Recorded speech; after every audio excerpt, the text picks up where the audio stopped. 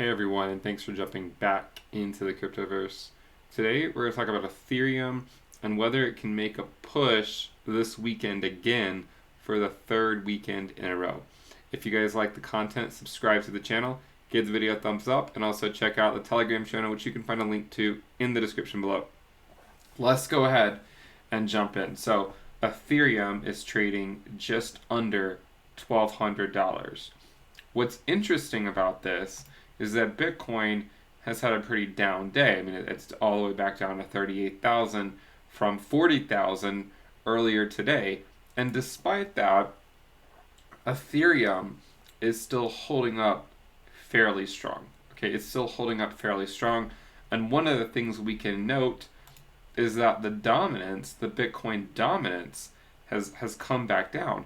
So we've seen today, as today transpired, we not only saw the price of Bitcoin come down during the later half of the day, we also saw the dominance fall as well. So to me that simply means that we are getting a slow bleed right now of Bitcoin, and altcoins are generally holding up okay. Yes, they're losing some USD value. Yes, Ethereum earlier today reached higher prices than it currently is. We know that it went up to around 1250. However, make no mistake, you can see the dominance for Bitcoin is in fact falling. We used to have this line drawn, and one of the things we said, keep an eye out on this. We broke out and we said we'll have to see, is it ultimately a fake out, or are we going to, is it a fake out and we're going to come lower, or are we going to print a massive W as Bitcoin puts in higher highs?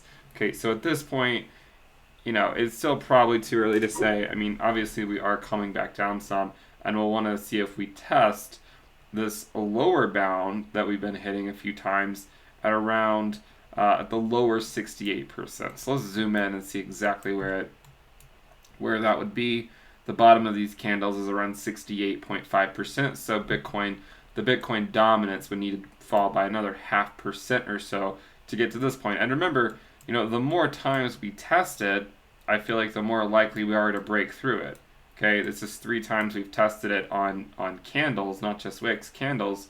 And really we had multiple candles here. We had 2 here, 2 here, 2 here. If we were to come back down, it would be interesting to see what happens, because if it comes below, then that could usher in an alt season continuation. Okay, so we want to keep an eye on that.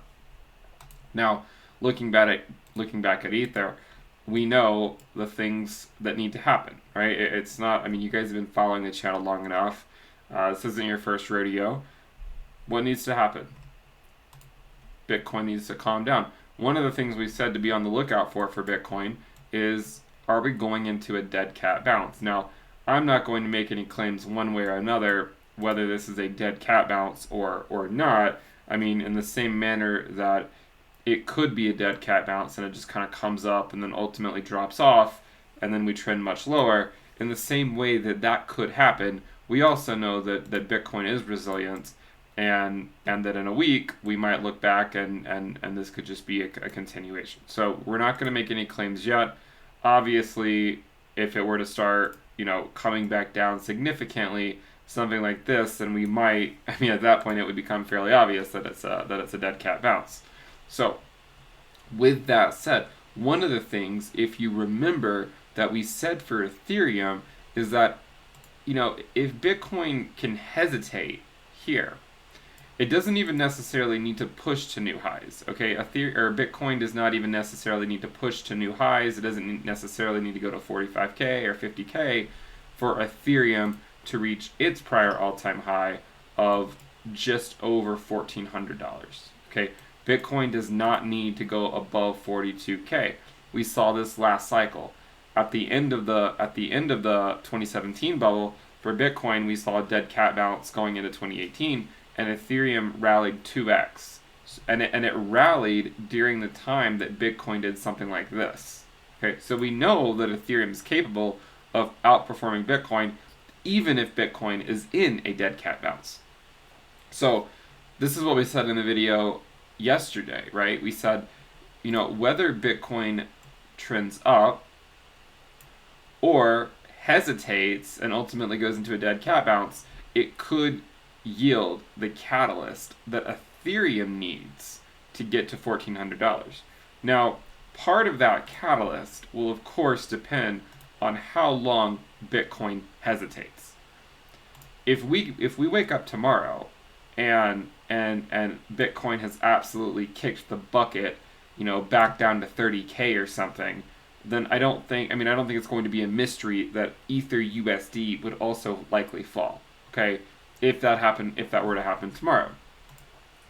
Alternatively, if Bitcoin gets comfortable, around 37K, 38K, 39K, and it can hang out there for a few days, especially going into the weekend and early next week, then it might be all that Ethereum needs to reach its prior all-time high. So very testy times right now. I cannot stress the risk involved in this market. Okay, I'm not purchasing crypto here. I'm completely cryptoed out at this point in the market. I'm just being honest with you guys. I don't want to pretend like I'm throwing money into this market because I'm simply not. I'm very much happy with my positions in all of the cryptocurrencies that I own that we were talking about for years and on this channel. And we've always said it's not that it's financial advice, but I do not chase pumps. I just simply will not do it. It doesn't mean that you can't make money off chasing pumps, but if you chase too many pumps, of course you will eventually get burned. I've seen a lot of people make a lot of money, on Bitcoin and Ethereum in past cycles, and then continue to gamble on altcoins week after week after week after week, and then ultimately their profits in Bitcoin and Ethereum are essentially wiped out. Okay, so I've seen that happen before, so I will always urge caution. We know the downside risk. You have to understand the downside risk, even in lieu of a potential move to $1,400. The downside risk, even in a bull market, which of course we have to assume, at this point we can assume, right now we are in fact in a bull market. We held the 20-week as support, we've moved higher. If we were to fall, obviously the 20-week would be the 20-week SMA and the 21-week EMA would be our first, line of resistance, our first major line of resistance. Of course, there's other areas along the way, but the first major line of resistance would end up being our bull market support band. So you have to recognize the downside risk. I recognize the downside risk. I have already skimmed a small amount of profits off the top, but I still own, as I said, the majority of my Ethereum. And if we can trend higher, up to 14K, and if we can get above it and go to 1,500, it could quickly get into price discovery mode, just like Bitcoin did.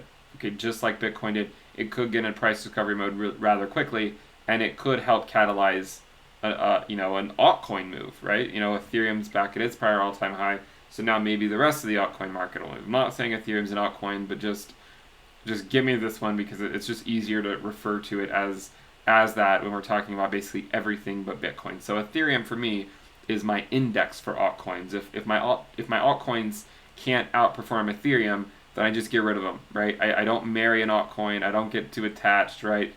I ride them as long as the momentum's there, and I'm really cold sometimes. I'll cut them when it's time. So, with that said, Ethereum's at 1193, Bitcoin's at 37.8. It's a very testy time. Because, as we said, this could be it could be a dead cat bounce. It simply could be. We just simply do not know yet, and the amount of time that Bitcoin spends in this region will dictate whether Ethereum can push to $1,400. Okay, so that would be the one scenario.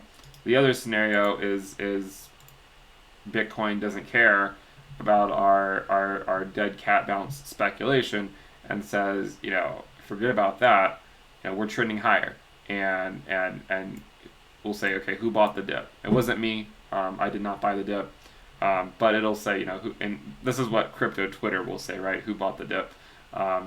And from here, one of the nice things about if this move happens is that it would likely just drag Ethereum up with it, right? We've seen every single Bitcoin move ultimately continue to drag Ethereum up, and we've been there every step of the way on the channel, right? From 500, 600. I mean, we were there from 100, 200, 300, all the way up to 1,000, then 1,100, 1,200, recently 1,300. A lot of those moves were after Bitcoin moves. So even if Bitcoin were to move back up and break 42K, it would probably be a good thing for Ethereum, because it might drag Ethereum up the rest of the way to $1,400.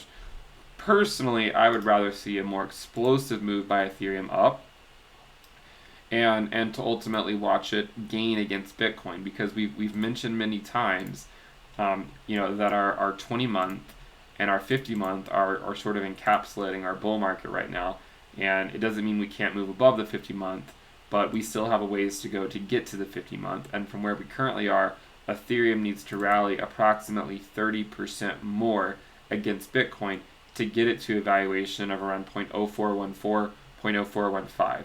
If it does that, and the price of Bitcoin stays invariant, which it won't, then we'd be looking at around a $1,500 to $1,600 Ether. And what gives me some hope here is to just watch Bitcoin bleeding over the last few hours again, and we're watching the dominance go down. So this is one of those times where Bitcoin is so far extended that it's bleeding, and a lot of times when the price of Bitcoin goes down, its dominance goes up. But this is one of those times where it's so far extended that just because it's bleeding back down does not mean that the rest of the market is bleeding down as quickly as Bitcoin is. We've seen a lot of strength in the altcoin market over the last few hours, despite the fact that Bitcoin dropped from 40,000 to 38,000.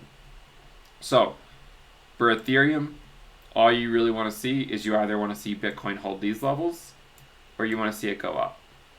If it does either of those things, we're likely looking at least a move of Ether against USD.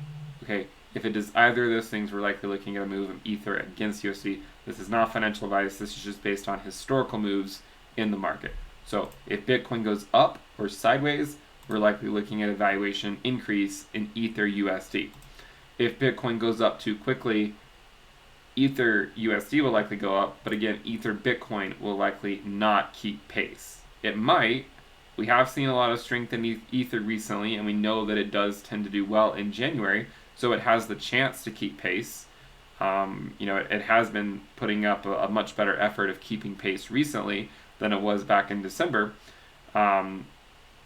So if it goes up, Ether Bitcoin probably might. I would, if I had to guess, I would say Ether Bitcoin might slightly bleed if Bitcoin moves up quickly. But I feel like the best case for Ethereum bulls right now would be for Bitcoin to just calm down. And we've been saying that for a long time, but you don't need, at this point, as we've seen many Ether moves of rallies of $100 to $200 in a day, you don't necessarily need weeks and weeks at this point to catalyze an Ether move. It's not like we're 20% above the 20-week SMA. We're like 100 and something percent above it. At this point, there's so much interest in crypto. There's so many new people in the space. I don't think it would take very many days for Bitcoin to go sideways that would then catalyze an Ether move against Bitcoin and potentially take us closer to the top here. Okay, that's what we're looking for. This is what we want to see Ethereum do, and hopefully it'll happen this weekend. One of the things we mentioned was that if you look at the Ethereum valuation against Bitcoin on a daily time frame, the last two noticeable pumps of Ether Bitcoin occurred on the weekend. This one started on January 3rd, which was a Sunday, and then last week it started on January 9th, which was a Saturday. So maybe this one will start on January 15th, today, which is a Friday.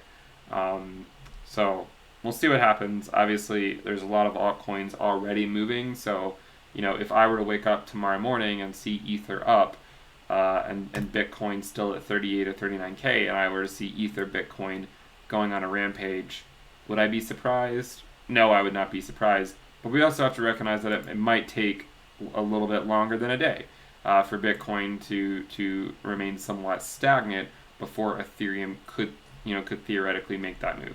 So keep an eye on Ether Bitcoin, because what we would like to see is we would like to see a major move back up, okay, a significant move, one that it's worth getting out of bed for. And if that happens, and if Bitcoin is slowly coming back up, which is not necessarily a bad thing for Ether, because it's also coming back up with it, 12, 13. So you guys get the idea, right? You get the idea. We've laid out what needs to happen. We'll see if it happens. And again, if it does happen, and we come on here in a day or two or a week, and Ether is at $1,400, remember, you paid for that return with the risk that you took on. And if we come on here in a week and Ether is back below $1,000, well, then that was the risk you took on, right? There's no free lunch. You have to figure out if the risk makes sense for you. You have to figure that out. The market is extended right now. I still own most of my Ether. I'm ready to see it go higher. But if you can't stomach a drop to this level, then I would say just be cautious about that. I'm not saying it's going to drop to this level. I just want people to remain, pragmatic about their approach to crypto, because it's the people that are simply, the new people to the market that are just going quote unquote all in up here. This is what is very, very risky, right? This is what is so risky in crypto, and how people lose a lot of money. I mean, it's how people can make a lot of money sometimes in the short term, but it's also how people lose money. And what's interesting is, as we're on stream, we've watched the price go from 1190 or so up to 1220, and Bitcoin's still at 38.2. So Ether Bitcoin is actually trending up during the stream here, or not even during the stream, during this pre-recorded video. So it is trending up. Maybe we will get a little bit of price action of Ether against Bitcoin today. I'm about to go to bed, and I'll wake up tomorrow morning, and we'll see where we are. But hopefully this video is somewhat informative. So if you're watching the markets, transform over the next day or two, recognize what's going on with Bitcoin, okay, and if Bitcoin's stabilizing and Ether Bitcoin is breaking out, this is exactly what we want to happen. And again, the alternative that would be good for Ether would be if Bitcoin price just goes up and just drags Ether up along with it. I mean, both scenarios are perfectly fine for Ether. Obviously, it would be nice to see Ether outperform Bitcoin here. And it's funny because I kind of wish I were on a live stream right now, because we are watching the price of Ether go up. Now we're at 1224, and Bitcoin's at 38 too. Anyways, if you guys like the content, subscribe. Let's go for 100,000 subscribers. Give the video a thumbs up. Also check out the Telegram channel, which you can find a link to in the description below. We also have the premium list at intothecryptoverse.com. You can pay with crypto to get a 15% discount. You get access to weekly reports, weekly videos, the Telegram alerts channel, the Telegram chat room, the risk dashboard, the trading view indicators. You get access to a whole lot of stuff. We also talk about other things like mutual funds, ETFs, you name it. A lot of it we talk about on the premium list. So check it out if you're looking for that community. At the very least, subscribe, turn on your alerts. Let's go for 100,000 subscribers. I think we're going to make it there soon. I'll see you next time. Bye.